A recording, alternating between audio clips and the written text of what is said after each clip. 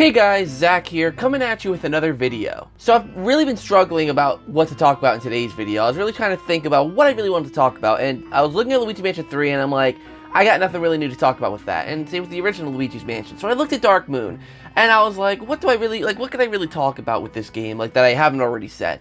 And I think today I'm going to try and be a little bit positive. Today I'm going to look at Dark Moon, because as you guys know, I am not a huge fan of Dark Moon. To me, it's just not a good Luigi's Mansion game, but Luigi's Mansion Dark Moon definitely did have some redeeming features that I do want to at least mention and talk about. So today we're going to be talking about the good of Luigi's Mansion Dark Moon, which I know a lot of you probably like.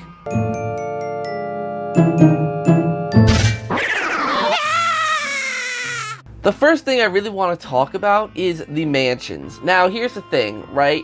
Looking at Luigi's Mansion 3, I am not a big fan of the wacky, different floor designs. It really made the hotel feel like it lacked any kind of true identity. It just seemed like a bunch of ideas just kind of slapped together in one giant leaning tower of pizza kind of thing. It's like, it's really not that cool, to be honest. It's just like, I don't know, I guess silly is the word. But I think what Luigi's Mansion Dark Moon did is that it took that idea of having different themes, but applied them to different mansions, and I really think that each mansion definitely had an identity of its own.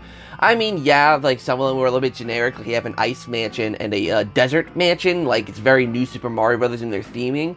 But particularly the first mansion, the second mansion, and the last mansion are just so cool in their designs, how they look. Sure, the art style of Luigi's Mansion Dark Moon is way different than Luigi's Mansion 1, which, as you guys know, I prefer that more realistic art style.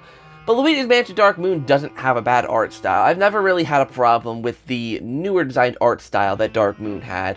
And I just think each one of the mansions looks really good. If only the structure of the game was better, I think it would have led to a little more of a fun experience actually exploring these mansions. I think only the first mansion, I feel, had that sense of you kind of started in this main foyer, and then you made your way out into the actual mansion, unlocking room after room. You know, it was such a great feeling, and the first mansion alone really felt like a true sequel to the original game in terms of its progression. Even though it had the mission structure, you still kind of were restricted to that one room at first, and you kind of branched off in different directions, and I really liked that. And the Treasures Mansion takes the best of all the four mansions that came before and kind of put it into a fifth mansion.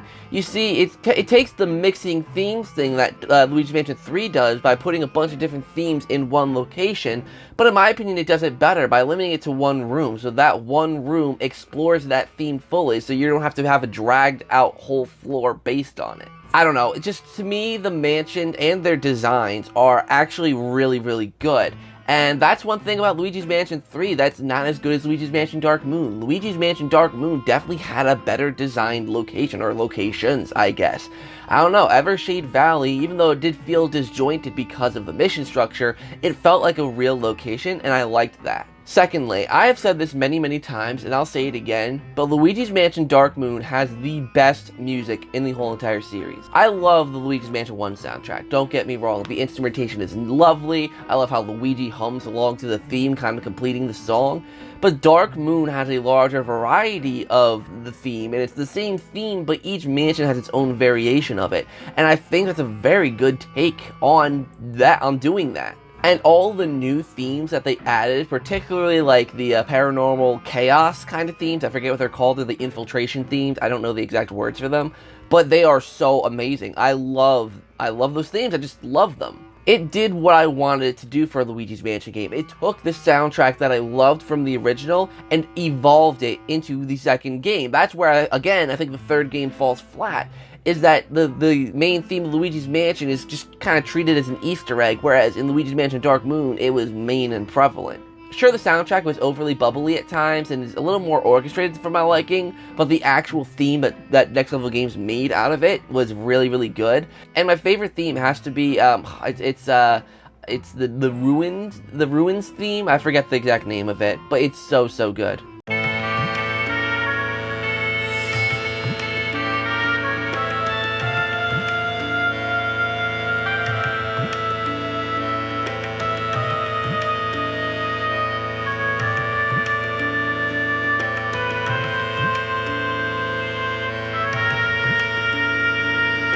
Next up is Scarescraper. The Scarescraper, in my opinion, is the best addition to Luigi's Mansion Dark Moon.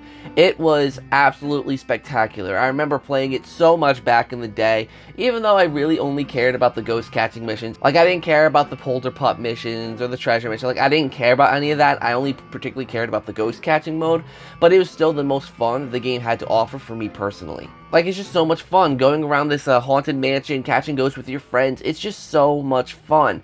And I'm really happy that they added it in, and I'm really happy that it came back for Luigi's Mansion 3. Next up are the kinds of ghosts that there are. Yes, Luigi's Mansion Dark Moon did emit portrait ghosts, and to me that is a deal breaker. At least because of the fact that the portrait ghosts, or human ghosts, give the game more personality rather than just fighting these same fodder ghosts the whole time. But what Dark Moon did have with the common ghosts and even like the smaller bosses, not the real bosses, was good. Like, I had a lot of fun. You know, the sneakers were my favorite ghosts from that game, and when I was introduced to them at the end of Haunted Towers, it was so cool seeing them and seeing their gimmick, and it was just awesome. I loved it so much. Sure, to me, the ghosts, particularly the greenies and the hiders, have a little more of a goofy personality than I wanted, but still, the variety of the ghosts that were there was actually pretty decent. Even if you were fighting the same 4 kinds of common ghosts over and over again, being the greenies, the slammers, the sneakers, and the hiders, you still had a lot more variety that came in with the poltergeists, the 3 sisters, even Polterpup I'll throw in there. There are just a lot of unique things in there that, you know, even though some of them, like Polterpup, did get used a little bit too repetitively, they were still used quite well. And towards the end of Dark Moon, all the ghosts got like a powerful upgrade kind of thing to them, where they were put in crystals and turned into powerful versions of those ghosts. And I think that was ingenious. I think that's something that should come back to Luigi's Mansion. It gives the ghosts a more threatening and intimidating nature, that just adds so much more to them and makes combat with them more interesting, because now they're a lot harder to fight, they do more damage. You know, it actually adds some difficulties to the game. Especially in the last mansion, in Treacherous Mansion, when the paranormal portal opens and you have to go catch all these ghosts with this lightning going, it really adds a nice mood. Speaking of mood, this game does nail some things when it comes to atmosphere. Sure, the game is way too goofy for its own good in a lot of spots, but it does nail atmosphere for me in a few spots. The first spot I really noticed where they nailed the atmosphere was in that room with the doll that turned its head. That's literally like one of my favorite parts of the game, if not my actual favorite part of the game.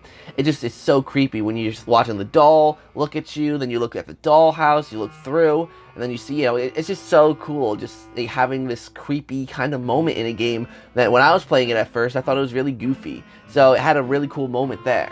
Also, I really liked the last part, like I was mentioning earlier, with the ghosts in the paranormal portal, and the lightning in particular made the mood really sink in that, you know, things are in danger. Like when King Boo opened the paranormal portal in Dark Moon, I felt more in danger with Luigi than I did in any part of Luigi's Mansion 3.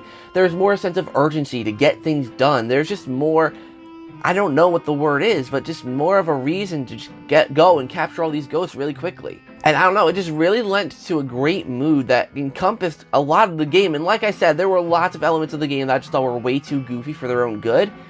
But the game did have some legitimately good moments. So yes, you know, even though I'm saying all these great things about it, I still don't love the game. Like I said, it's too goofy, the mission structure sucks, no portrait ghosts, all that stuff, but the game does have a lot of redeeming qualities, and as you guys have heard throughout this video, there's a lot of comparisons I made to Luigi's Mansion 3 that Luigi's Mansion 3 just didn't take from Dark Moon, which I really would have wanted, but they didn't. Don't know why, but I don't know. Let me know what you guys think down in the comments down below. Let's not talk about Dark Moon for once. Usually I don't talk about it because of the fact that I just don't like the game, so I don't really have much to comment on it besides the fact that I just don't like a lot of the stuff. But I figured I would talk about all the things I like, since everyone thinks I'm a real Dark Moon hater. So yeah, thank you guys so much for watching this video. Hopefully you enjoyed, and I think that's it. So until next time, I'll see you guys in the next video.